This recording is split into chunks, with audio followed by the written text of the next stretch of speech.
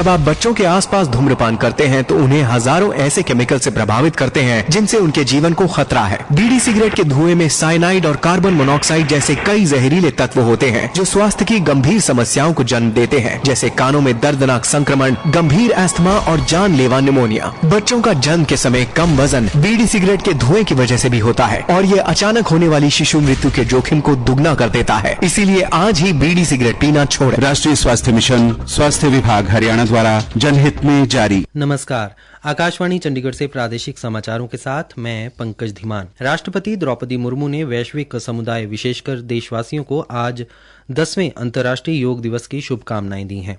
एक social media post में राष्ट्रपति ने कहा कि योग मानवता को भारत का अनूठा उपहार है।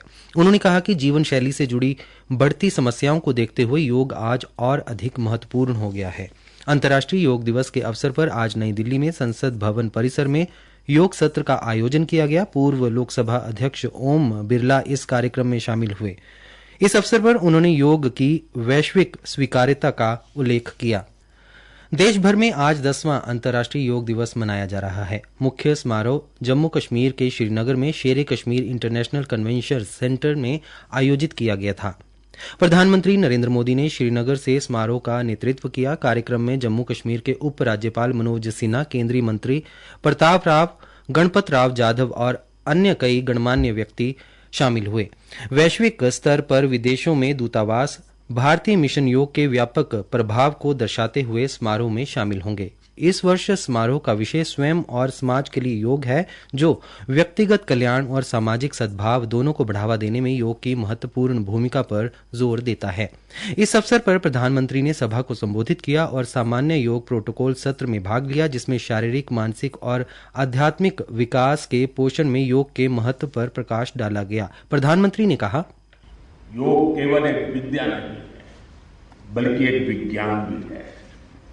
आज सूचना क्रांति के दौर में हर ओर सूचना संसाधनों की बाढ़ है। ऐसे में मानव मस्तिष्क के लिए एक विषय पर फोकस कर पाना एक बड़ी चुनौती साबित हो रहा है। इसका भी निदान हमें योग से मिलता है। इस अवसर पर प्रधानमंत्री ने दुनिया भर के उन लोगों को शुभकामनाएं दी जिन्होंने उत्सव के हिस्से के रूप में योग किया। उन्होंने योग करने के फायदों के बारे में भी बताया।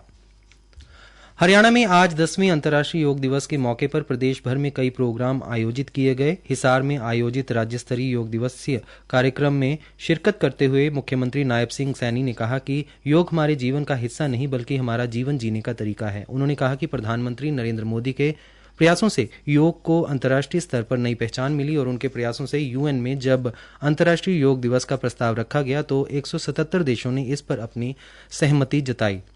अब 200 से अधिक देशों में ये अंतर्राष्ट्रीय योग दिवस मनाया जा रहा है।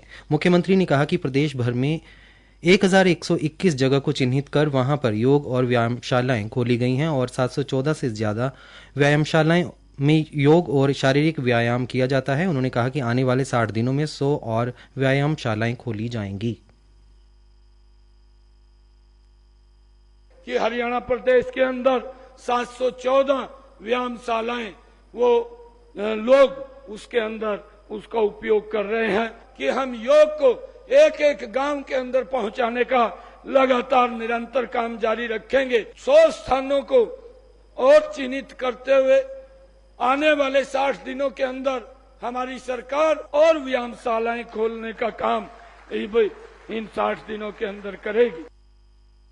प्रादेशिक समाचार समाप्त हुए।